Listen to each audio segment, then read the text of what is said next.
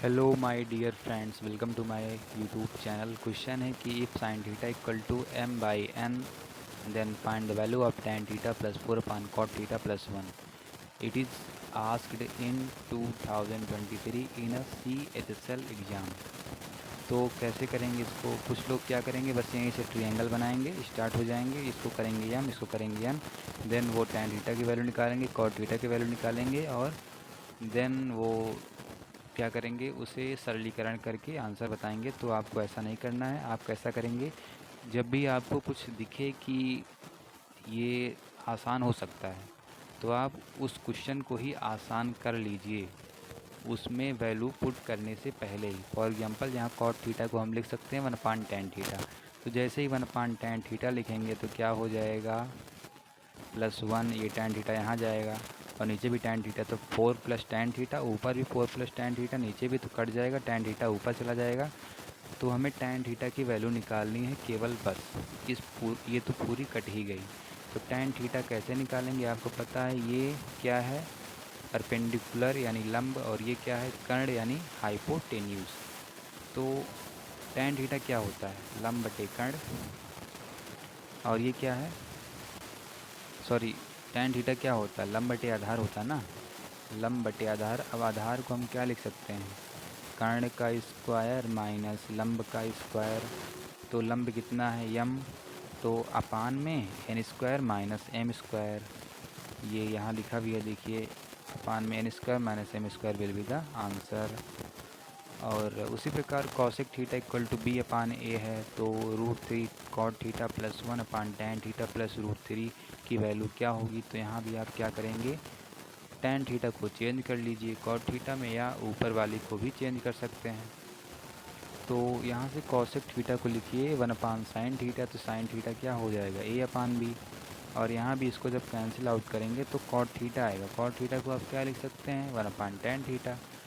तो जब sine theta की वैल्यू पता है तो tan थीटा की वैल्यू क्या आएगी, a/√b² माइनस a²। अब इसका रेसिप्रोकल ले लीजिए, इसका व्युत्क्रम ले लीजिए। क्यों? क्योंकि हमको tan थीटा तो निकालना नहीं था, हमें cot थीटा निकालना था। दूसरा एक कैलकुलेशन के बेसिक पर है कि अगर 100% क्या होता है। इसे आप लिख सकते हैं 100/%। परसेंट मतलब पर 100। तो ये आपस में कैंसिल आउट होकर क्या बनाता है, 1। तो उसी प्रकार आपको याद रखना है कि 500 इंटू 7% क्या आएगा, परसेंट से 2 जीरो कट जाएंगे, 5 7 जा 35। उसी प्रकार यहाँ भी 2 जीरो कट जाएंगे और परसेंट से कटेंगे ना, दोनों 0% से कटेंगे। और 72 इंटू 3 कितना आएगा, 216 आंसर हो जाएगा इसका।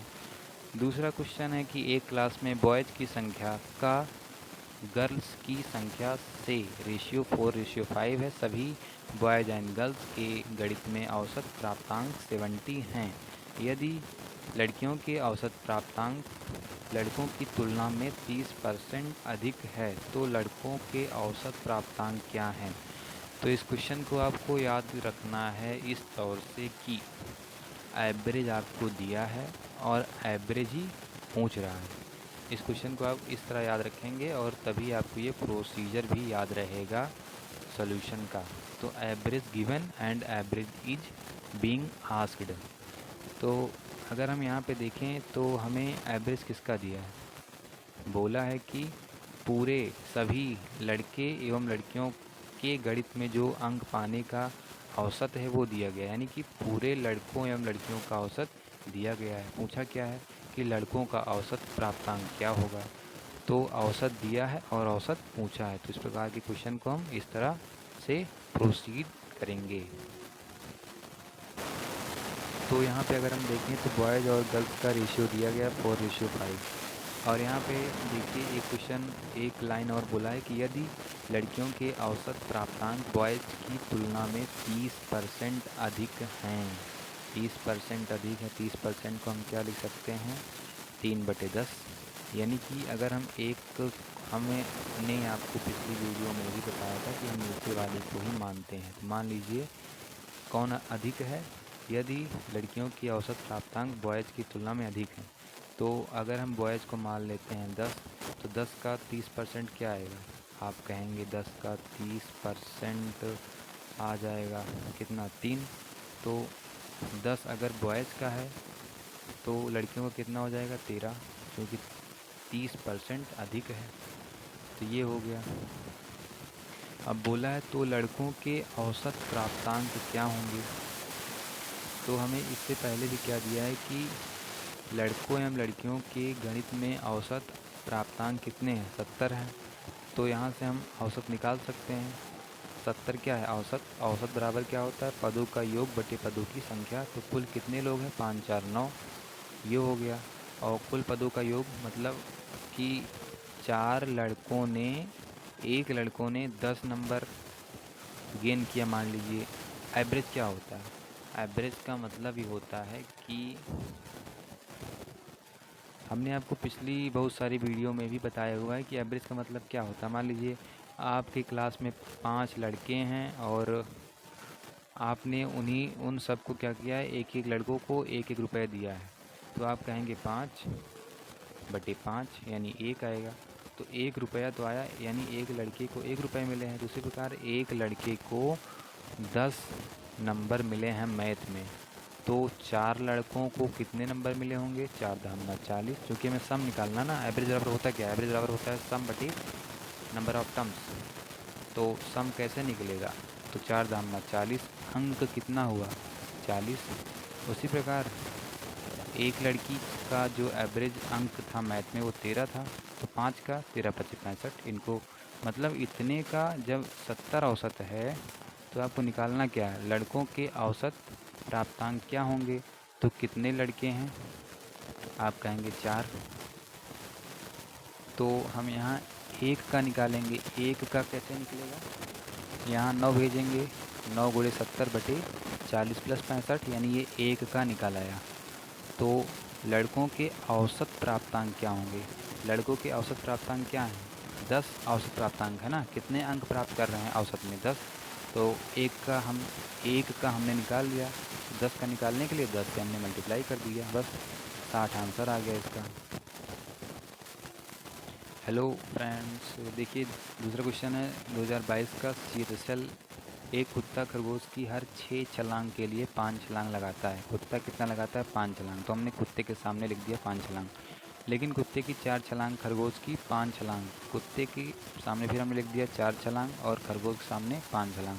तो इसको जब हम क्रॉस मल्टीप्लाई करेंगे, तिरछा मल्टीप्लाई करेंगे, तो ये स्पीड्स का रेशियो आ जाएगा। इसका हमने सोल्यूशन सोचा भी और ढूंढा भी, लेकिन इसका जो एक्चुअल सोल्यूशन था वो मिला नहीं। तो अगर आपको मिले तो प्लीज़ कमेंट में ज़रूर बताइएगा। इसीलिए हम इसे केवल आपको रटा रहे हैं कि आप जब भी छलांग वाला क्वेश्चन आएगा आप क्या करेंगे? स्पीड्स का जो भी है उसको तिरछा मल्टीप्लाई करेंगे। तिरछा मतलब क्रॉस मल्टीप्लिकेशन। देखिए दूसरा क्वेश्चन, ये क्लास 9th की बुक से हमने लिया हुआ है। क्वेश्चन है कि x cube plus 1 upon x cube equal to 110 है। Then find the value of x plus 1 upon x. तो इसको करने के लिए 2 तरीके हैं। पहला तरीका जनरल तरीका है जो कि सभी लोग करेंगे। क्या करेंगे? वो इसमें जोड़ देंगे 3, क्योंकि ए क्यूब प्लस बी क्यूब है तो वो क्या करेंगे? जोड़ देंगे 3a² और प्लस 3b²a। जोड़ देंगे यहाँ भी LHS में और RHS में भी। तो वही हमने भी किया पहले तरीके में कि हमने यहाँ 3a² प्लस 3b² ऐड कर दिया। तो उसको जब आप हल करेंगे तो आएगा 3 ब्रैकेट में x प्लस 1 अपान एक्स, और यहाँ भी हमने ऐड कर दिया। अब इसको हमने मान लिया कि ये k है।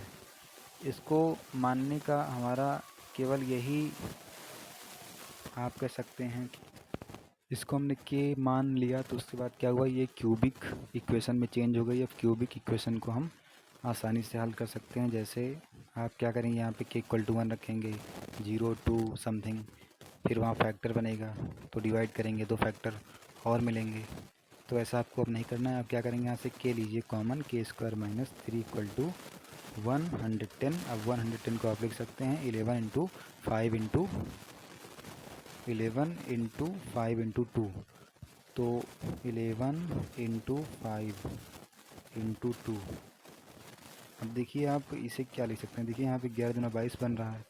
तो मान लीजिए और k इक्वल टू 5, मान लीजिए k इक्वल टू 5 आ गया, तो यहाँ 5 लिखेंगे, 5 का स्क्वायर माइनस 3, ये क्या हो रहा है, 5 का स्क्वायर माइनस 3 क्या आएगा, 22 आएगा। तो यानी ये हमारा सटीक बैठ गया, इसलिए k इक्वल टू 5। इसलिए आप इस तरह आपको चेक करना पड़ेगा कि क्या सटीक मिल रहा है आपको। तो k equal to 5 will be the answer. ये एक तरीका और भी है, आप ये इतना जोड़ घटा कर ना अगर ना करना चाहें तो आपको याद होना चाहिए कि अगर x प्लस 1/x हमने k मान लिया है तो ये अपने आप क्या होता है, हमने आपको एक पिछली वीडियो में सिद्ध भी कराया था कि k³ माइनस 3k हो जाता है कौन, ये। तो इसके स्थान पे हम लिख देंगे k³ माइनस 3k, बस डायरेक्ट ही हम यहाँ पे पहुँच गए k³ माइनस 3k माइनस 110। तो इसको इक्वल कर दीजिए, बस यहाँ से आप निकाल सकते हैं। धन्यवाद।